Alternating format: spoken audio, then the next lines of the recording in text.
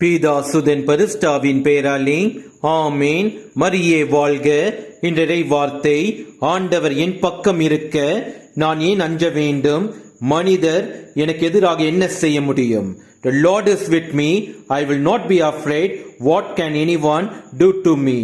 திருப்பாடல்கள் அதிகாரம் 118 வசனம் 6. இந்த இறைவார்த்தையின்படி நாம் வாழ்கின்றோமா என்று சிந்தித்து பார்ப்போம்.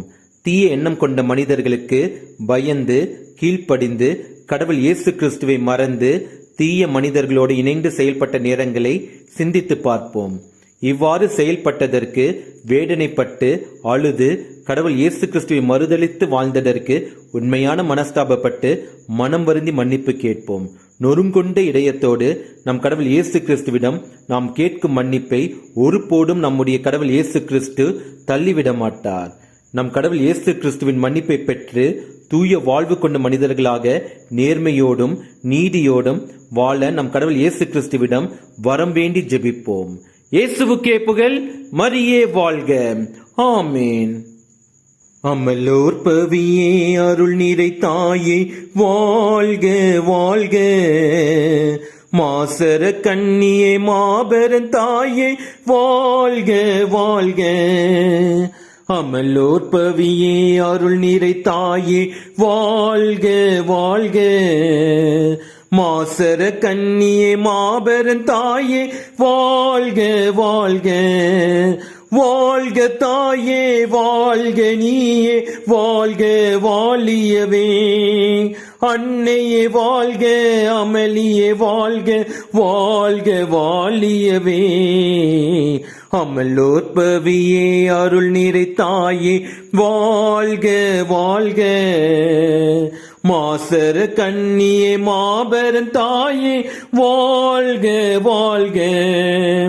மாமரியே மாதவளே வாழ்க வாழ்க.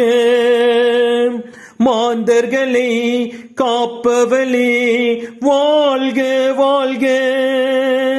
மாமரியே மாதவளே வாழ்க வாழ்க.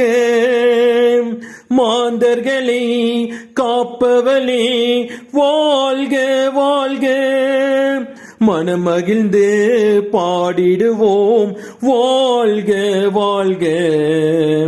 தினம் நினைத்து பாடிடுவோம் வாழ்க வாழ்க.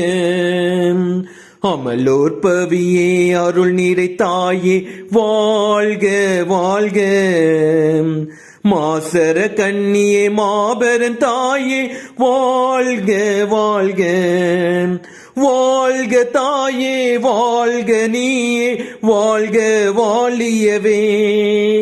அன்னையே வாழ்க அமளியே வாழ்க வாழ்க வாழியவே. அமலோர் பவியே அருள் நிறை தாயே வாழ்க வாழ்க. மாசர கண்ணியே மாபெரும் தாயே வாழ்க வாழ்க.